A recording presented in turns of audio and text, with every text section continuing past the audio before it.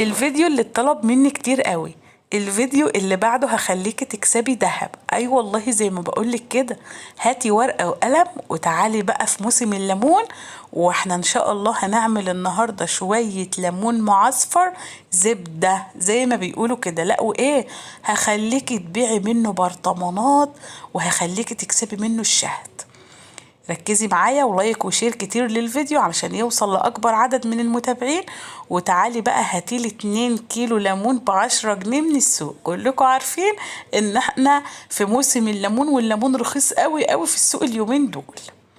2 كيلو ب10 جنيه، وفي ليمون كبير شوية الكيلو ونص ب10 جنيه. هتجيبي 2 كيلو، وكل مقادير اللي انا هتكلم عليها النهاردة ل2 كيلو ليمون بس. عاوزة تكتري المقادير وهتكتري الكمية، هتضاعفي كل المقادير بتاعتي النهاردة. هتجيبي 2 كيلو ليمون وتغسليهم كويس قوي وتعملي فيهم حرف زائد كده بس مش للآخر، علامة بلس كده مش للنهاية. هترفعيهم على النار وعليهم 2 لتر من المية وتسيبيهم يغلوا 20 دقيقة. بعد كده تعالوا بقى نعمل الخلطة بتاعتنا. ل2 كيلو من الليمون معايا كيس ملح ب5 جنيه، حبة البركة من عند العطار وب10 جنيه عصفر، جزراية واحدة من البيت وتبشريها بالشكل تمام كده. هنقلب الكلام الجميل ده مع بعض. هنيجي بقى لهريسة الشطة بتاع وصفتك مع أسماء اللي نالت على إعجابكم كلكم. لكل كيلو ليمون معلقة كبيرة من هريسة الشطة بالشكل ده. بعد كده معايا كوباية إلا ربع من الليمون المعصور بالعصارة مش في الخلاط، لا تعصريه بإيدك. نص كيلو ليمون ب2 جنيه ونص. وبعد كده معلقة صغيرة من السكر، وهنقلب كل الكلام الجميل ده مع بعض، وبكده تكون خلطة الليمون المعصفر معانا.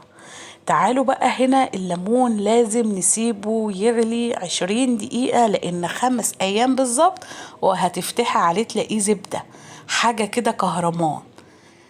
بعد لما يخلص 20 دقيقة هناخده تحت مية جارية ونغسله كويس قوي ونشطفه ونصفيه في المصفى نص ساعة. بعد كده بقى هتلبسي الجلافز بتاعك وتمسكي ليمونة ليمونة تحشيها من الخلطة اللي احنا عملناها دلوقتي. طبعا الكمية دي كلها مش هتاخد كل الخلطة، لا هيتبقى معاكي شوية وهنشوف هنعمل بيها ايه. هنكمل بس باقي الكمية بتاعتنا بالشكل ده. وزي ما قلت لكم اكتبوا ورايا بالورقة والقلم علشان حاجة كده مش هتكلفك اي حاجة، ولما تيجي تبيعيها هتكسبك الشهد كله. بعد كده هتجيبي البرطمانات بتاعت البيت العادية، او لو هتبيعي بقى هتجيبي البرطمان اللي هو ب3 جنيه، اللي هو الكيلو اللي بيجيلنا فيه عسل النحل علشان تبدأي تبيعي فيه. بعد كده هتنزلي بقى في البرطمان بتاعنا نكون غسلينه ومعقمينه كويس قوي. هتنزلي بطبقة من الليمون ومعلقتين من الخلطة المتبقية معانا.